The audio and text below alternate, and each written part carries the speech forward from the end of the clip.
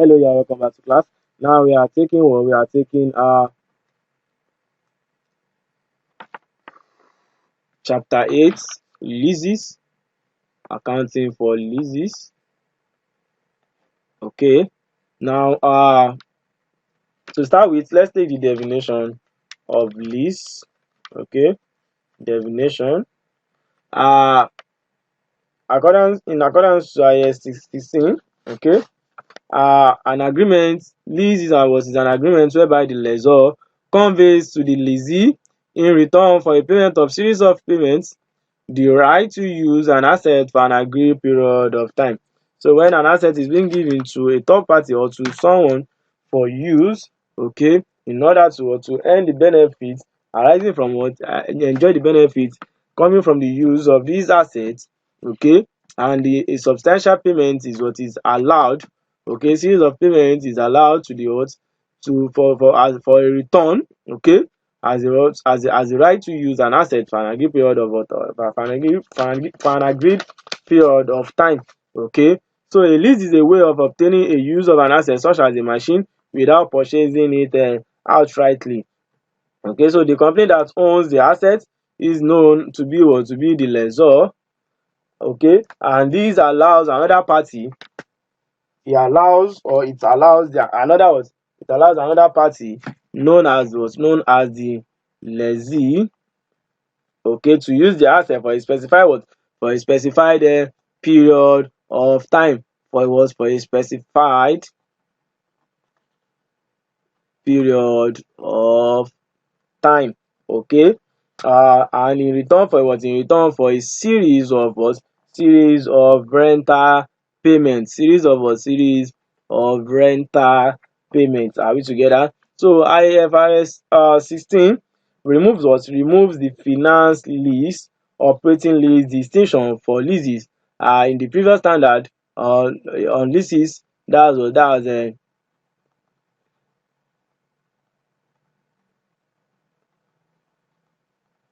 IAS 17. Okay, IAS what?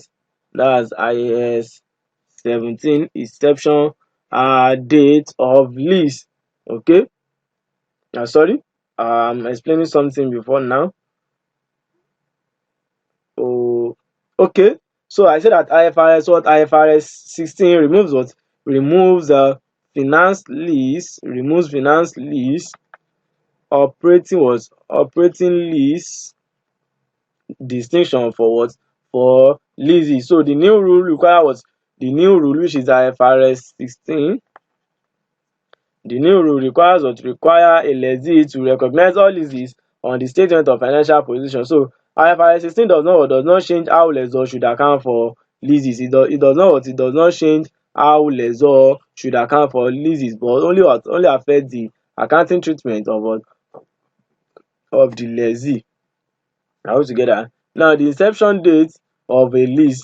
Now the earlier of the date of a lease agreement and the date of commitment by the parties to the principal terms and conditions of the lease is the inception date of the lease. Okay, is the earlier of the date of a lease agreement and the date of commitment by the parties.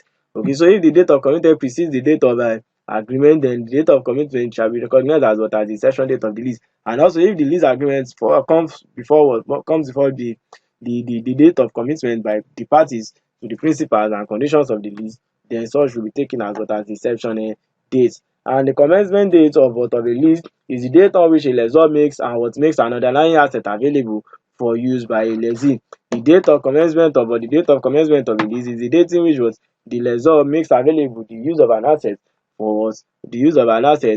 available by a lessee. Now, what are the lease term agreement? Now, the lease term agreement is that for the non-cancelable period for which a lessee has the right to use an underlying asset together with both one periods covered by an option to extend the lease if the lessee is reasonably certain to exercise that option, and the periods covered by an option to terminate the lease if the lessee is reasonably certain not to exercise that option. So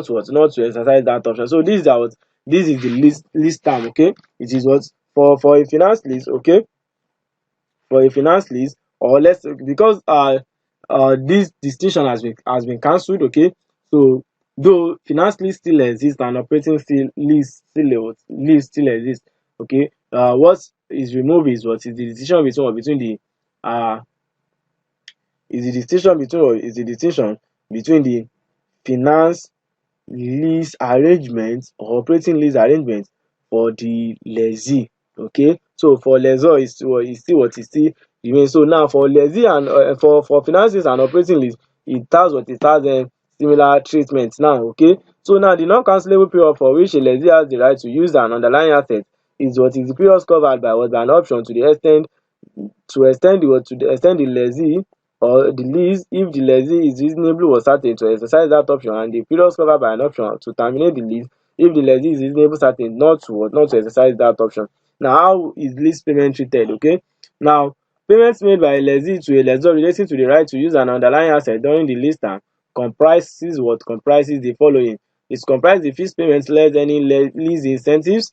Okay, if the fees payment is say 1 million naira and the incentive is say 200,000. Okay, so the fees payment less any incentive is what, so the lease payment will be 800,000 and not 1 million, because there's what, it's just like having a discount on purchase of an item. Okay, so also variable lease payment that depend on an index or a rate. The exercise price of a purchase option if the lessee is reasonably certain to exercise that option. Are we together? And also payment of penalties for terminating the lease if the lease time reflects the lessee exercising an option to terminate the lease. Okay, payment of penalties for terminating the lease if the lease term reflects the lessee exercising an option to terminate the lease. Are we together? So are you there? So now, okay, we have a residual value. Okay, we have a residual value. So when a company that owns an asset leases it to another party, they have two interests in that what, they have two interests in that asset. First interest is that it gives them a right to receive a series of rentals over the lease term, and they own the asset at the end of the lease. So the value of the asset at the end of the lease is called its residual value. Okay, it's just like it's the value of an asset when the useful life expires.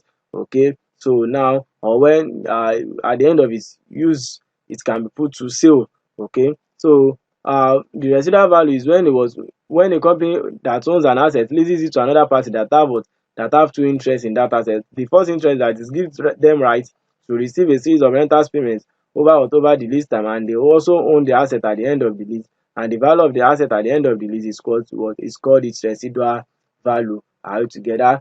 So now, residual value guaranteed and unguaranteed residual value. Difference between what residual value guaranteed and unresidual value uh unguaranteed residual value rather.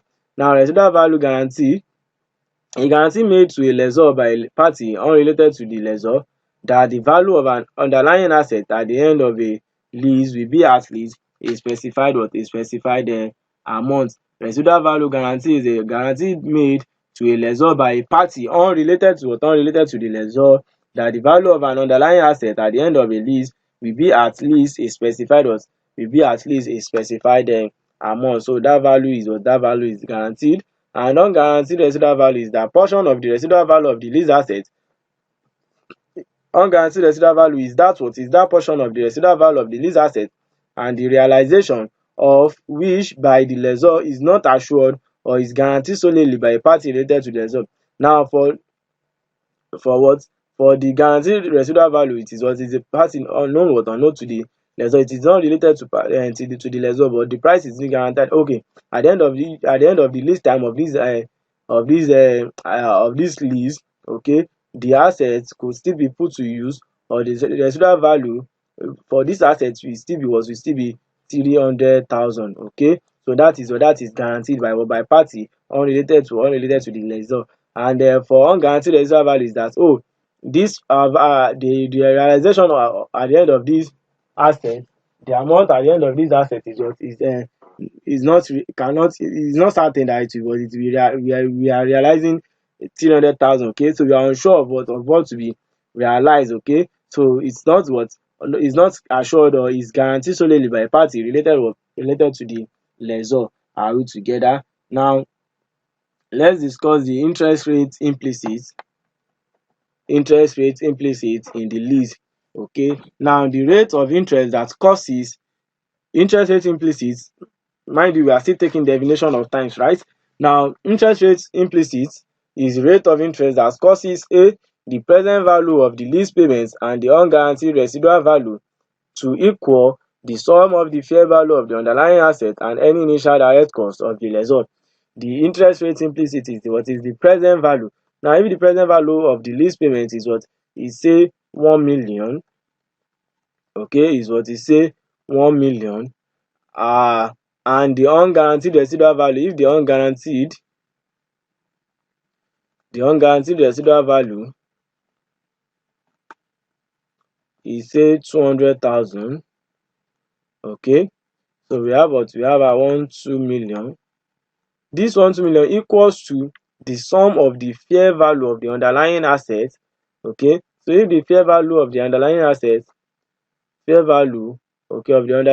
is what is say 1 million, and any initial direct cost of the asset, initial direct cost of the asset is what is 100,000. Okay, so we have 1 2.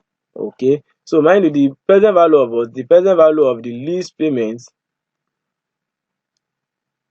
has been discounted to this 1 million naira. No, so in the discount rate used, okay, the discount rate used is what is the interest rate, implicit to arrive at this 1 million, plus the unguaranteed residual value that equals the fair value, plus the initial direct cost incurred in the by the lessor. Are we together? So then what is the initial direct cost? Okay, what is the initial direct cost? Incremental cost of obtaining a lease that would not have been incurred if the lease had not been obtained, except for such costs incurred by a manufacturer or lessor in connection with a finance lease. So if not for the lease if not for the lease, okay, the lessor wouldn't have incurred the cost. Okay, so that's why it is the incremental cost of obtaining a lease that would not have been incurred if the lease had not been obtained, except for such costs incurred by a manufacturer or lessor in connection with a finance lease. Are we together? Then let's take the treatments of lease accounting. Lease accounting. A lease is capitalized at the commencement of the lease term, and this involves the recognition of the asset that is subject to the lease and the liability for the future lease payment. A lease is recognized at the inception, at the commencement of the lease term. It is recognized at what? It is recognized at the commencement. Note it. It is recognized at what? It is recognized at the commencement of the lease term. So it involves what? It involves the recognition of the asset that is subject to the lease and a liability for the future lease payment. Okay, so we also have lessees incremental borrowing rates. Okay, or lessees incremental cost of borrowing. So now the rate of interest that a lessee would have to pay to borrow over a similar time and with a similar security the funds necessary to obtain an asset of a similar value to the right of use asset in a similar economic environment is what is referred to or known as the lessee's incremental borrowing rate. So now let's assume the lessee has entered into a lease agreement, okay, to purchase an asset, okay, for let's say 2 million naira. Okay, so what we are saying here is that the lessee's incremental borrowing rate or rate of borrowing is the rate that will be charged in the on a similar term, okay, with a similar security if the lessee has decided to go to bank to go and borrow this 2 million naira in order to purchase that same asset. Okay, in order to purchase that same asset. So the asset is being purchased through lease arrangement is what is 2 million naira. Okay, so now this 2 million naira, if it will have been borrowed in the market, okay, not we are not taking the cost price, okay, or the cash price of the assets. Okay, the cash price of the asset might be 1.5 million or 1.6 million, but due to the fact that it is a lease agreement, and the payment is what is substantial, okay, it is a series of payments, so it has an element of interest. Okay, so but what we are saying here is that the leases incremental borrowing rate is what is the similar term, okay, is the amount or the rate of interest that a lessee would have to pay to borrow over a similar term and with a similar security the funds necessary to obtain an asset of a similar value to the right of use in a similar economic environment. So now the assets will be purchased at the cash price of 1.5. Okay, so now if the guy is going to borrow 1.5 in the bank, what's the interest rate he will be charged on that? Okay, or if he's going to borrow 200 million, what's the interest rate to be paid? So the interest rate to be paid on the amount of 1.5 million borrowed is what is the leases incremental borrowing rate. Are we together? So other issues are in IFRS 16 is what is the recognition exemption. Okay, so in IFRS 16, a company can elect not to apply the lessee accounting rules to short-term leases and leases for assets of value, okay, of low value, such as laptops, mobile phones, and some other gadgets, okay, that of lower or low value. Okay, so the entity has a choice of applying the lease accounting or not. Okay, and the election must be made by class of short-term leases, but may be made on an asset basis for low value assets. Okay, the election must be made by class of short-term by class must be made by class of short-term, okay, of short-term leases, but may be made on an asset basis for low value. May be made on an asset basis for low value. Are we together? Okay, so that's that. Now portfolio application. The rules in IFRS 16 set out the accounting rules for individual lessees. Set out the accounting rules for individual lessees. Now let's take a presentation. Now, how do you present a lease in the statement of financial position? Now, the right of use must either be present or presented separately in the statement of financial position or disclosed in the notes. Now, if you have the right of use to the asset, then that is, you lease an asset, it should be presented separately as a separate line item in the statement of financial position. Finance lease, or you say lease the assets. Okay, let's take that way. Lease the assets. So this does not apply to right of use asset that meets the definition of investment property, which must be presented in the statement of financial position as investment property. So if it meets the definition of investment property, or it meets the definition of property, plant and equipment, such should not be recognized as a lease asset in the statement of financial position. Are we together? So it is only the right of use that apply to leases, okay, or lease. Okay, so this does not apply to right of use of asset that meets the definition of an investment property. Are we together? Now let's take the statement of profit or loss. In the statement of profit or loss, interest expense on the lease liability must be presented separately from the depreciation charge for the right of the use. Okay, so the depreciation charge, okay, should be presented separately. So it depends on the area. It depends on where the asset is being put to use. So if it is put to use for the sake of production, okay, so you include it in the cost of in the cost of sales. Okay, if it is used for administrative purposes, then you include it in the administrative expense. And if it is for delivering purposes or distribution of goods, okay, you include it in the distribution cost, while the finance cost or the interest paid on what on the borrow on the lease will be classified as what as finance cost and should be recognized separately. Okay, should be recognized separately as a line item in the statement of P or L. So in the statement of cash flow, how do we treat a lease asset? Cash payment for the principal portion of the lease liability must be classified within the financing activities, must be classified within the financing activity. So short time is uh short term lease payment, that is payment for lease of low value asset, and variable lease payments not included in the measurement of the lease liability are classified as operating lease. So any short time lease, any short time lease payments or for asset that of low value, they are classified as operating activities. Are we together?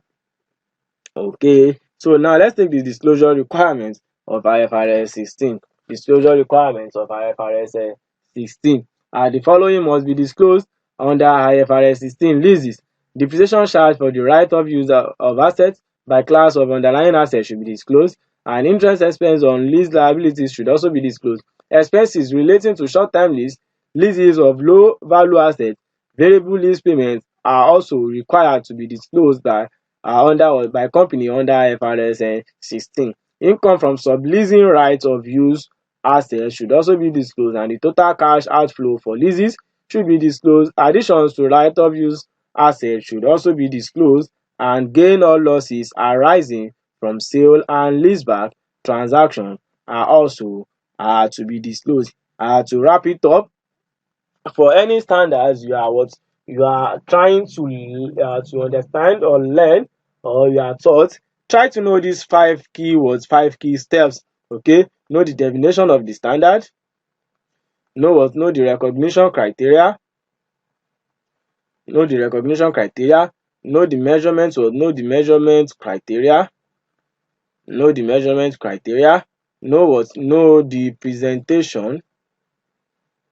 presentation of the asset, or sorry, of the underlying assets or standard discussed. Okay, and also know the disclosure requirements. I can boastfully tell you that there's no situation or circumstance where what an examiner will ask you question that will go out of these 5 elements. Is either he asks you question pertaining to the definition and recognition, though it might be on a scenario based. Okay, and it is your understanding of this definition of the underlying for instance, maybe you are asked to